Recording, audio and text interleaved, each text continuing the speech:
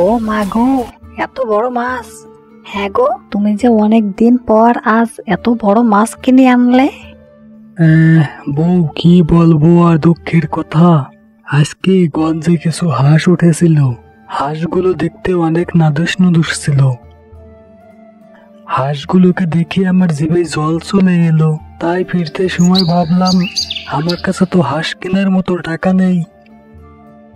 এই জন্য দুধ বেচে যত টাকা হয়েছিল ওখান থেকে কিছু টাকা দিয়ে একটা বড় মাছ কিনে এনেছি। মাছটা আমার কাছে দাও তো, এখন রান্না বসাবো।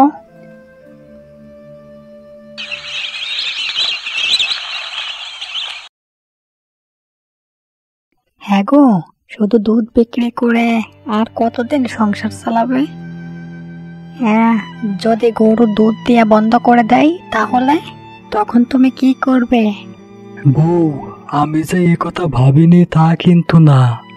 আমি ভেবে নিয়েছি আগামী কার্তিক মাসেই কিছু ফসলি জমি লিজ নেব, আর চাষবাস শুরু করব। হ্যাঁ গো, তুমি তাই করো। তা না হলে যে আমাদের পথে বসে যেতে হবে। আর হ্যাঁ, তুমি কিন্তু প্রতিদিন সকালে নাস্তার ব্যবস্থা করবে। প্রতিদিন সকালে ওই শুধু ভেজা চিড়ে খেয়ে কাজ কাম করতে একদমই মন চায় না।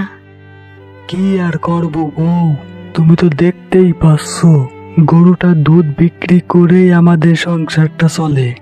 এছাড়া তো অন্য কোনো ভাবে আমাদের হাতে টাকা আসে না বউ। ওইটুকু দুধ বিক্রি করে আর কয় টাকা পাওয়া যায় বউ? সে আমি এত কথা বুঝি না বাবা, তুমি যেভাবেই হোক একটা ব্যবস্থা করবে। এভাবে সকালে আর কতদিন না খেয়ে থাকবে? আমি কিন্তু এভাবে আর সকালে না খেয়ে থাকতে পারবো না, এই বলে দিলুম। এখন ঘুমাও তো, আমার প্রচন্ড ঘুম পাচ্ছে।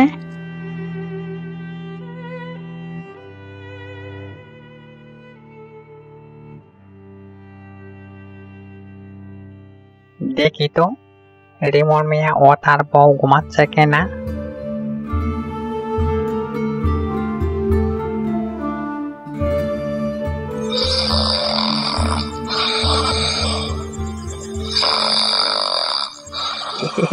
এই তো ওরা দুজনে ঘুমাচ্ছে।